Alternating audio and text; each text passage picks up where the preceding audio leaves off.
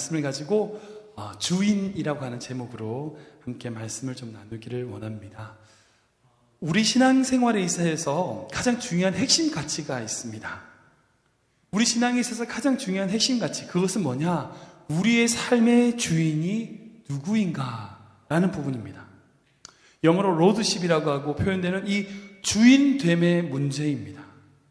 우리가 신앙생활함에 있어서 가장 먼저 믿고 의지하는 것은 바로 하나님이 우리 삶의 주인이시다는 겁니다. 만약 하나님이 주인되지 못하시면요, 교회를 다닌다고 신앙생활 아닙니다. 취미생활, 여가생활일 수 있습니다. 그래서 사단은 인간에게 다가와 제일 먼저 그것을 시험하고 유혹하였습니다. 창세기에 아담과 하와에게 사단이 찾아가서 선악과를 유혹할 때에 뭐라고 했는지 여러분들 아시죠? 선악과를 먹으면 하나님과 같이 될 것이다. 너가 하나님이 되라. 즉 이것은 너 자신의 인생의 주인이 너라는 겁니다. 하나님의 주인이 아니라 너의 인생에 있어서 너 자신이 주인이 되라는 거예요. 이 하나님의 주인 되심에 대한 믿음과 가치관이 올바로 형성되어 있을 때에 우리는 바른 신앙생활을 할 수 있습니다. 여러분 생각해 보세요. 하나님이 왜 그 선악과를 에덴 동산 가운데 두셨을까? 만약 하나님이 그 에덴 동산 그 선악과 먹는 것이 위험하거나 힘들 거라면 보이지 않는 곳, 깊숙한 곳, 아니 아예 없어버리실 수도 있지 않았을까요? 근데 왜 거기에 두셨을까? 여러분, 에덴 동산의 주인은 하나님이시란 것을 아담과 하와가 그 선악과를 볼 때마다 기억하기 때문입니다. 즉, 선악과를 먹느냐 먹지 않느냐 이런 간단한 문제의 차원이 아니에요. 이것은, 이 선악과의 문제는 하나님이 그의 삶의 원칙이 되어주시느냐 그렇지 않느냐는 거예요. 하나님이 그 선악과를 에덴 동산에 두시면서 이렇게 말씀하시는 것 같습니다. 너 삶의 주인을 누구로 할래? 나로 할래? 아니면 너 자신으로 할래? 하나님이 이렇게 말씀하시는 것 같아요. 아니, 그렇게 구체적으로 이렇게 말씀하시는 것 같아요. 하나님, 내 말대로, 하나님의 말씀대로 살 것인가? 아니면 너의 욕심대로 살 것인가? 이것이 선악과의 증표가 된다는 겁니다.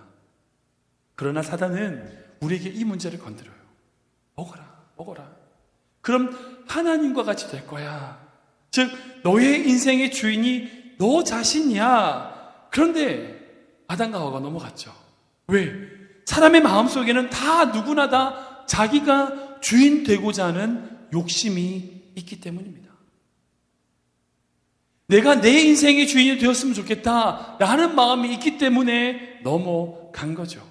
그런데 하나님은 그렇게 스스로 주인 되고자 하는 인간들을 그냥 버리지 않고 다시 우리 삶의 주인이 되시는 길을 선택하셨습니다. 그것이 바로 십자가의 은혜이고 그 십자가로 나오는 모든 사람은 하나님을 주인으로 모시게 되더라는 거죠.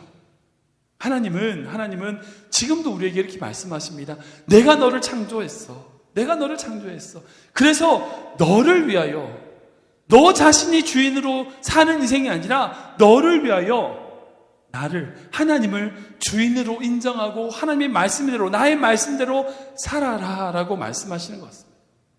지금도 오늘도 우리에게 이렇게 말씀하고 계시는 겁니다. 그리고 이렇게 사는 것이 이 세상에서 가장 행복하게 사는 방법이라고 말씀하십니다.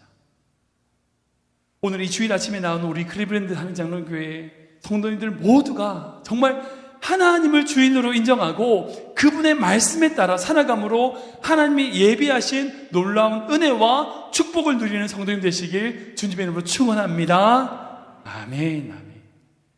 오늘 말씀은 안식일 논쟁이로 하는 두 가지 사건을 보여주고 있습니다. 근데 이 사건은요, 연결이 되어 있습니다. 첫 번째 사건은 뭐냐면 제자들이 안식일에 남의 밀밭에 가서 이삭을 잘라 먹어서 발생되는 사건이었고요. 두 번째 사건은 예수님이 안식일에 손 마른 사람을 고쳐주셔서 생긴 사건입니다. 결국 이 두 가지 안식일 사건으로 말미암아 바리새인들이 예수님을 죽이려는 음모를 가지게 되는 계기가 됩니다. 그런데 여기서 제가 좀 주목해 보는 것은 이 예수님을 비난하고 있는 바리새인들의 태도예요. 여러분 생각해 보세요. 제자들이 밀밭을 지나가면서 이삭을 먹는 그 순간, 정말 순간적으로 일어나는 일이잖아요. 뭐 제자들이 그 밀밭에 서가지고 계속 따먹은 게 아니라 지나가면서 먹은 거란 말이죠.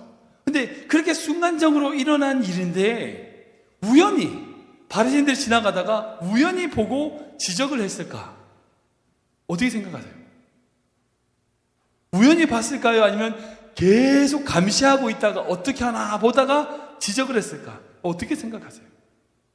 성경에는 정확하게 나와 있지 않아서 단정 지을 수는 없지만 그 다음 장면, 이 손마른 자를 치유하시는 그 예수님이 고치는가 안 고치는가 주시하고 있는 모습을 봐서는 이 제자들이 실수하나 안 하나를 감시하고 있었던 것 같습니다. 그렇게 지적하고 틀렸다고 찾고 있는 거예요. 뭐가 틀렸나, 뭐가 틀렸나, 뭐가 잘못됐나, 그것만 보고 있는 거예요. 여러분들, 그런 바리새인들의 삶이 행복할까요? 그렇지 않을 것 같습니다. 여러분, 지적하면 할수록요, 실수를 찾아내면 찾아낼수록요, 사나워져요. 우리 신앙생활을 하면서 이런 바리새인들의 모습을 종종 가질 때가 있는 것 같습니다. 사실 저도 어릴 때 보면 그럴 때가 있었던 것 같아요. 제가 기억나는 게 저희 누나가 있는데 누나가 무슨 잘못을 하든지 간에 잘못 하나 안 하나 그걸 찾아가지고 제가 저희 부모님한테 위로를 바쳤던 제가 기억이 나요. 근데 그 모습을 우리 애들한테서 봐요. 마치 저희 둘이가, 저희 성경이랑 대규가 서로 실수하기를 기다리고 있어요. 어쨌든 일러 바치려고. 제가 기억이 정확하지는 않는데 성경이가 잘못했는지 대규가 잘못했는지 모르겠는데 어쨌든 혼낼 일이 있었어요. 그래서 제가 성경이한테, 성경아, 메초리, 그러니까 몽둥이 가져와. 그랬더니 막 뛰어가면서 평소 때 가져오라 그러면 잘 찾아오지도 않으면서 막 나가서 막 찾아오면서 없으니까 그때 야구방망이를 들고 오면서 이걸로 안 될까요? 그랬던 기억이 납니다. 아무튼 우리가 그런 마음 가질 때가 있어요. 잘못하는지 아닌지를 기다리는 마음. 여러분, 실수 하나 안 하나 보고 있는 마음. 하나님이 원하시는 마음은 이 마음이 아니라는 거예요. 오히려 먼저 다가가서 품어주고 이해하는 마음이 우리에게 있어야 된다는 겁니다. 예수님께서 이 말씀을 통하여 우리에게 가르치시고자 하는 마음이 바로 그 마음이에요. 여러분, 바리새인들이 가졌던 율법적인 무엇이 옳고 어떻게 해야 되는가 하는 정확한 판단과 정죄보다 제사장 외에는 먹을 수 없는 그 진설병을 다윗에게 주었던 그 아비아달의 제사장의 마음, 그 배고픈 다윗을 긍휼히 여겼던 그 제사장의 아비아달의 마음, 평생 동안 힘들고 어려운 일상을 지냈던 그 손 마른 자를 불쌍히 여기고 치료해 주셨던 예수님의 마음, 우리가 배워야 될 마음이 그 마음이라는 거죠. 지적하고 틀렸다고 말하는 것보다 먼저 그들을 이해하고 품어줄 수 있는 마음, 율법적으로 정죄하는 마음이 아니라 그들을 사랑하고 용서하는 마음이 바로 예수님의 마음일 것이라는 겁니다. 이 두 가지는 연결됩니다. 우리가 예수 그리스도를 주로 고백하고 주인이라고 말하는 삶, 그리고 예수님의 마음을 닮아 다른 사람들을 용서하고 포용하는 마음, 여러분, 이 두 가지 마음은 한 마음입니다. 결국 우리가 그분을 주인으로 모시고 인정할 때 가능하게 되더라는 겁니다. 그래서요, 첫 번째로 예수님은 안식일도 주인이십니다. 믿으십니까? 한번 따라해 보겠습니다. 예수님은 안식일에도 주인이십니다. 우리 27절, 28절인데요. 읽어보겠습니다. 시작.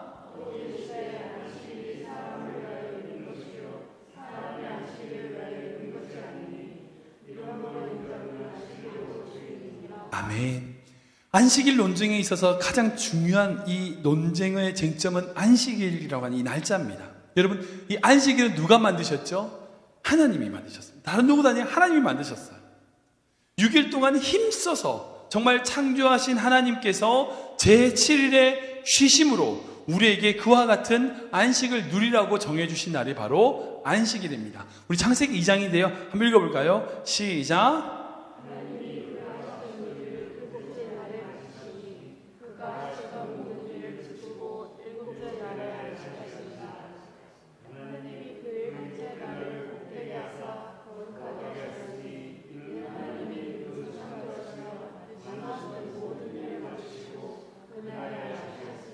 아멘. 그런데 생각해보면 하나님이 왜 7일째 날 쉬셨을까요? 하나님이 6일째까지 창조를 마치시고 7일 날 쉬셨는데 그럼 8일 날에 일하셨나요? 아니잖아요. 또 다른 창조가 있었나요? 그렇지 않거든요. 모든 창조가 6일 안에 다 완성되었다고 우리가 믿기 때문에 다른 창조가 없었습니다. 성경에 기록되지 않으니까 분명 모든 창조가 6일에 마쳤어요. 그러면 7일도 쉬시고 8일도 쉬시고 9일도 쉬시고 쭉 다 쉬시는데 왜 7일 날 쉬셔가지고 그 쉼으로 우리에게 7일을 복되게 하셨을까? 어차피 그 뒤로 계속 쉬실 텐데 특별히 그날 나 쉰다 라고 말하실 필요가 없으신데 왜 그렇게 말씀하시고 쉬셨을까? 생각해보면 만약 하나님이 피곤하셔서 6일 동안은 세상에서 내가 너희들을 지키고 보호하고 그러다가 7일째 날 나도 하루는 쉬어야지 라고 하시기 위해서 너희들 교회에 가서 하루 지내고 내일 내가 또 지켜줄게 이런 마음은 아니잖아요. 이런 개념이 아니잖아요. 여기서 중요한 핵심은 안식일은 오늘 본문의 말씀처럼 우리를 위하여 존재하는 것이라는 거예요. 왜 안식일이 하나님을 위하여 하나님이 쉬기 위하여 존재하는 게 아니라 우리를 위하여 존재하는데 왜 우리에게 안식일을 특별히 지정하여 주셨을까? 출애굽기의 만나 이야기를 보면 하나님이 안식일을 주신 뜻이 보입니다. 출애굽 당시에 만나를 이스라엘 백성이 매일 먹었죠. 만나는 매일매일 아침에 나가서 거둘 수 있는 양식이었습니다. 하나님이 그렇게 하셨습니다. 그런데 그렇게 되니까 사람들이 머리를 쓰기 시작했어요. 어떻게 해요? 하루 나가서 이틀치를 거두는 거죠.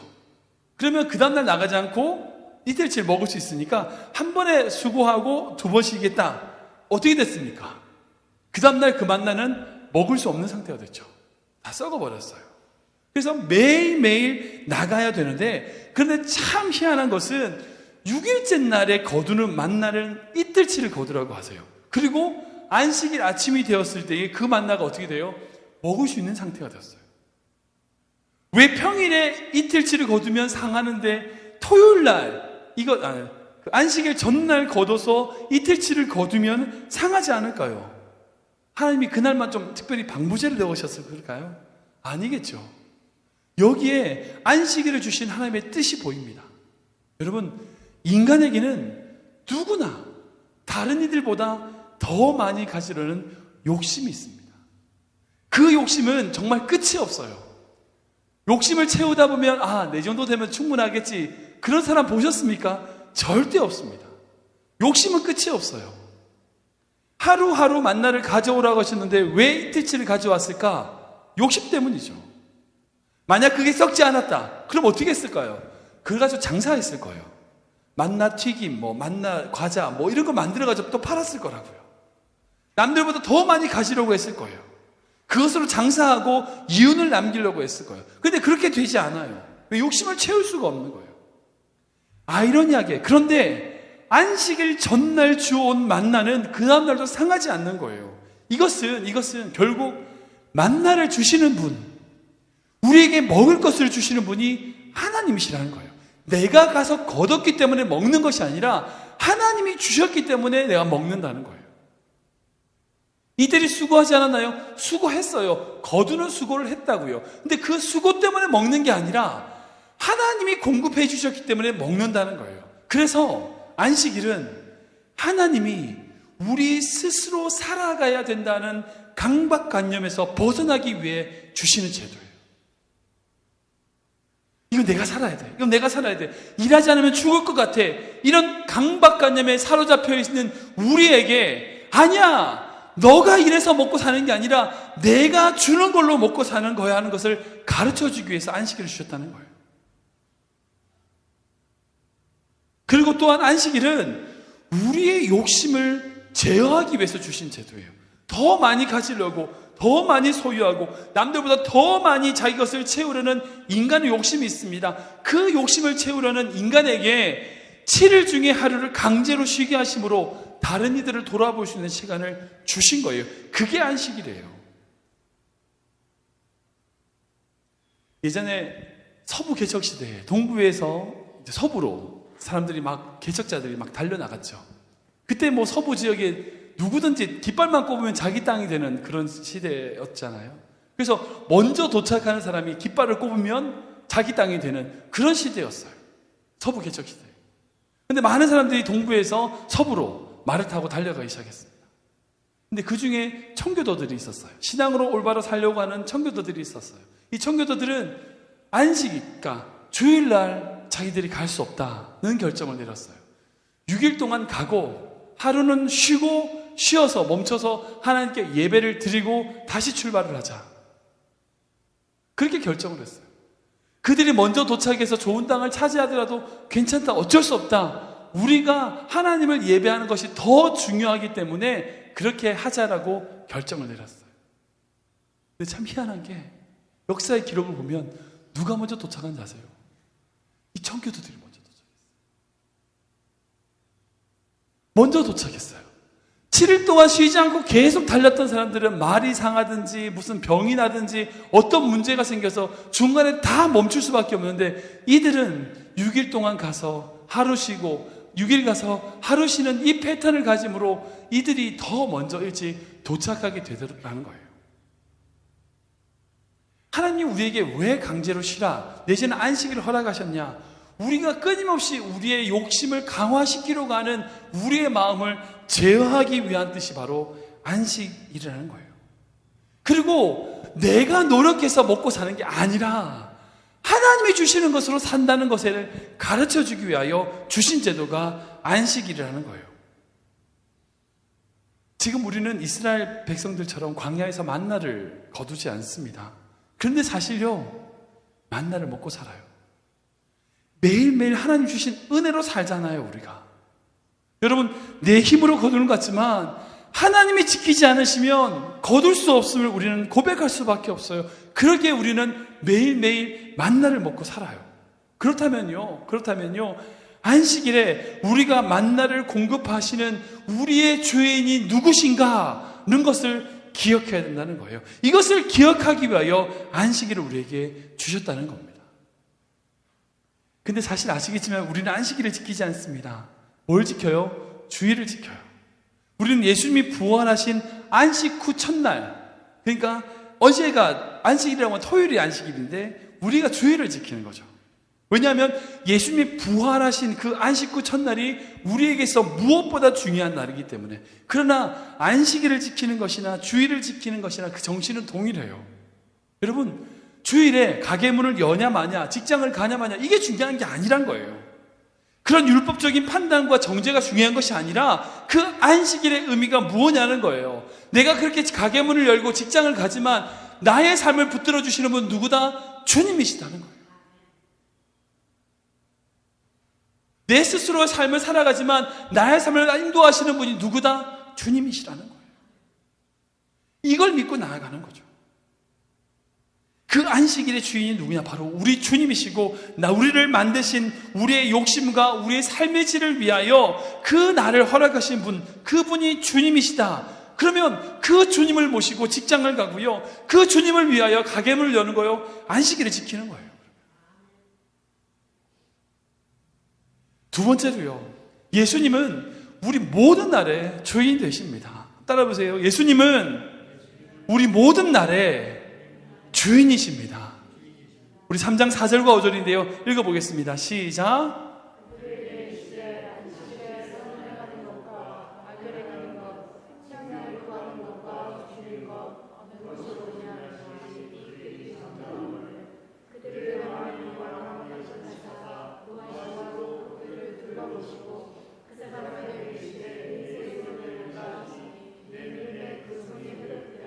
아멘. 예수님께 손 마른 자를 안식일 회당에서 만나게 되셨습니다. 그리고 그 자리에서 선을 행하는 것, 생명을 구하는 것이 중요하다라고 말씀하시며 고쳐주셨어요. 근데 생각해보면요, 손 마른 자, 그 손 마른 자에게 있어서는 그날이 안식일이든 안식일이 아니든 어떤 날이든 중요하지 않아요.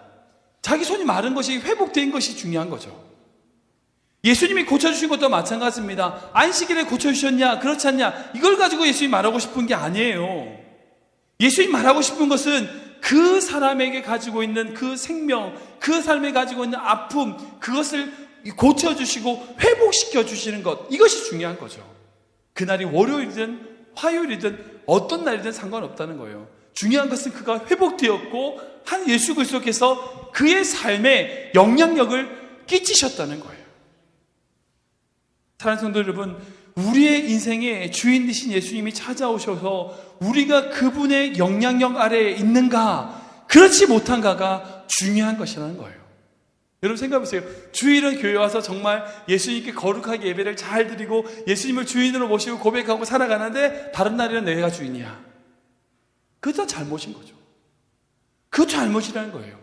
예수님의 영향력 아래 모든 인생이 주어져야 된다는 거예요. 그래서 아까 읽었던 28절에 이렇게 되어 있죠. 이러므로 인자는 안식일에도 주인이라. 이 말씀이 뭘까요? 안식일에도 주인이래요. 그럼 무슨 말씀이에요? 이미 다른 날에도 예수님이 주인이시라는 거예요. 안식일에만 주인이시라는 것이 아니라 다른 날도 주인이시고 안식일에도 주인이시라는 거예요. 예수님은 우리의 모든 시간에, 삶의 모든 것에 주인이 되신다는 거예요. 우리가 이 말씀을 우리 삶의 신앙의 기본으로 가져야 됩니다. 처음 말씀드렸던 것처럼 우리 인생의 주인이 누구냐? 이 질문에 우리가 대답할 수 있어야 된다는 거예요. 안식일에만, 주일에만 그것이 아니라 우리의 모든 전 인생, 우리의 모든 삶에 예수 그리스도를 주라 고백하고 나아가는 인생이 되어야 된다는 겁니다. 말씀을 정리해 보겠습니다. 사랑하는 성도 여러분, 우리의 주인은 누구이십니까? 지금 우리의 삶을 붙들고 계시는 분은 누구시냐는 거예요. 지금 여러분들은 누구 안에 있는 것입니까? 일본에 가면 코이라고 하는 관상어가 잉어같이 생긴 물고기가 있어요. 근데 그 물고기의 특징이 뭐냐? 그릇에 따라서 몸집이 달라져요. 정말 희한해요. 이 관상어를 조그만 어항에 넣으면 5cm 정도밖에 안 자라요. 근데 큰 수족관에 넣으면 이게 얼마나 자라냐면 거의 30cm가 자라요. 근데 연못에다 집어넣으면 거의 사람의 팔뚝만한 거의 1m만큼 이렇게 크게 자라는 거예요. 똑같은 물고기인데 그가 어디에 있느냐에 따라서 몸집이 달라지는 거예요. 여러분, 우리의 신앙도 마찬가지입니다. 우리의 삶도 마찬가지입니다. 우리가 지금 어디 안에 있습니까? 자기 안에 갇혀서 정말 조그맣게 그 삶에 갇혀서 인생을 살아가고 있는 것은 아닙니까? 우리 하나님은 저 넓은 바다와 같으신 분인데 그 주님 안에 있다면 그 바다 안에 어항에 갇혀 있는 것은 아닙니까? 우리가 예수 그리스도를 주인으로 모시고 그분 안에, 그분 삶에, 그분과 동행하는 삶이 되어야 된다는 것입니다. 우리 삶을 붙들고 계시는 분, 지금 우리 삶에 함께 하시는 그분을 예수 그리스도라 주라고 고백하고 우리가 나아갈 때에 우리의 삶에 있어서 무엇보다도 물질이 주인이 되지 않고요, 우리 자녀들이 우리의 주인이 되지 않고요, 명예나 학업이 주인 노릇을 하지 않고 예수 그리스도가 우리 삶의 주인으로 삶을 살아가는 인생이 되는 우리 모두가 되기를 주님으로 축원합니다.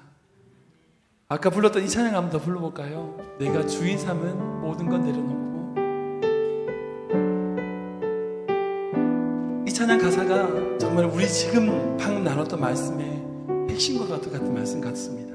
함께 고백합니다. 내가 주인 삼은 모든 건 내려놓고 내 주 되신 주 앞에 나가 내가 사랑했던 모든 건 내려놓고 주님만 사랑해. 주 사랑 거친 풍랑에도 깊은 바다처럼 나를 잠잠케 해. 주 사랑 내 영혼의 반석 그 사랑 위에 서리. 이 후렴 가사를 보면 이렇게 고백하고 있어요. 거친 풍랑에 그 파도가 칠 때에 우리가 깊은 바다에 잔잔한 것 같이 우리의 영혼이 잔잔합니다. 여러분, 우리 인생에 수많은 폭풍이 있죠. 풍랑이 있죠. 물질적인 풍랑, 관계의 풍랑, 여러 가지 문제의 풍랑이 있는데요. 여러분, 그런 바람이 세차게 불어오는 그 풍랑이 있다 할지라도요, 여러분 아세요? 깊은 바다는 잔잔해요. 깊은 바다는 잔잔해요. 우리에게 그 영혼의 잔잔함이 있기를 축원합니다. 주님 안에 있을 때에, 주님의 그 깊은 바다에 들어감으로 말미암아 잔잔한 내 영혼 평안해라고 고백할 수 있는 그런 우리의 인생이 되기를 소원합니다. 그러기 위해서 뭘 해야 되냐고요? 여러분들이 주인 삼았던 모든 것 내려놔야 돼요. 여러분들이 주님을 하나님보다 사랑했던 모든 것을 내려놔야 돼요. 그리고 주님만 사랑합니다, 주님이 나의 주인 되십니다라고 고백해야 될 줄 믿습니다. 아무도 이 찬양할 때에 정말 마음을 다하여 나의 모든 것을 주님께 드립니다. 함께 고백합니다. 내가 주인 삼을, 내가 주인 삼을 모든 것 내려놓고 내 주 되신 주 앞에 나가 내가 사랑했던 모든 것 내려놓고 주님만 사랑해, 사랑해, 주 사랑, 주 사랑.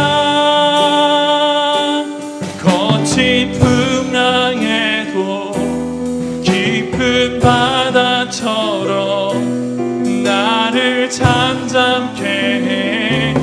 주 사랑, 내 영혼의 반석, 그 사랑 위에 서리. 주 사랑, 주 사랑. 거친 풍랑에도 깊은 바다처럼 나를 잠잠케 해. 주 사랑, 내 영혼의 반석, 그 사랑 위에. 우리 마지막으로 주 사랑, 주 사랑. 거친 풍랑에도 깊은 바다처럼 나를 잠잠케 해. 주 사랑, 내 영혼의 반석, 그 사랑 위에서. 우리 한번 기도하기 원합니다. 기도할 때에 하나님, 내가 주인 삼았던 모든 것 주님 앞에 내려놓기 원합니다. 내가 주님보다 사랑했던 그 모든 것 주님만 사랑합니다 고백하며 내려놓기를 원합니다. 하나님, 주님만이 나의 인생의 모든 것 되시며 나의 인생의 주인 되심을 고백합니다. 이 시간 주님 앞을 짓고 함께 기도하며 나아가겠습니다. 시작. 주님, 아버지, 주의 사랑 가운데 가는 자들 되게 하여 주시옵소서. 그 사랑으로 말미암아 승리하는 사람이 되게 하여 주시옵소서. 그 은혜 가운데 가기를 소원합니다. 그 능력 가운데 가기를 소원합니다. 하나님, 우리 인생 속에서 그 능력 가운데 가는 사람이 되도록 함께 하시고 동행하여 주시옵소서. 우리 사랑하는 성도들의 인생 가운데 주님 전장하시고 주님 동행하시고 인도하셔서 예수 그리스도가 우리 삶의 주인으로 고백되어지는, 예수 그리스도가 우리 삶의 모든 것으로 고백되어지는 우리 귀한 성도들 될 수 있도록 인도하시고 동행하여 주시옵소서. 은혜로 채워주시옵소서. 은혜로 함께하여 주시옵소서. 그 사랑 가운데 가는 저희들 될 수 있도록, 그 사랑 가운데 가는 말미암아 깊은 바다처럼 잠잠한 인생 될 수 있도록 인도하시고 인도하여 주시옵소서. 우리 인생 가운데 어떤 풍랑이 있다 할지라도 그 풍랑 속에서도 깊은 바다와 같은 인생 되게 하여 주시옵소서. 그 풍랑 속에서도 하나님 바라보며 주님의 평안을 누리는 인생 될 수 있도록 역사하여 주시옵소서. 함께 하시고 동행하여 주시옵소서. 사랑해 주님, 참으로 감사합니다. 이 아침에 저희들을 불러주시고 함께 예비하며 찬양할 수 있도록 인도하신 것 감사합니다. 이 아침에 주의 말씀 듣게 하시니 감사합니다. 우리가 우리 인생의 주인이 아니라 하나님이 우리 인생의 주인이며, 우리가 우리 힘으로 사는 것이 아니라 하나님의 동행하심과 하나님의 공급하심과 하나님의 보호하심으로 살아가는 자임을 고백하게 하시니 감사합니다. 하나님, 우리 인생을 주님 손에 맡겨드립니다. 주인 되신 주님, 우리 삶의 모든 것 되신 주님, 그 그 주님 바라보고 나아가는 저희들 되게 하여 주시옵소서. 우리 인생 가운데 어떤 풍랑이 온다 할지라도 깊은 바다와 같은 인생 되게 하여 주시옵소서. 그 깊은 바다와 같은 잔잔함이 있는, 평안함이 있는, 하나님이 주시는 그 평온함이 있는 인생 되게 하여 주시옵소서. 그런 인생 살기로 결단하고 나아가는 우리 귀한 성도들의 삶에 주님 동행하시고 함께하여 주시옵소서. 우리를 구원하신 예수 그리스도 이름으로 감사하며 축복하며 기도하옵나이다.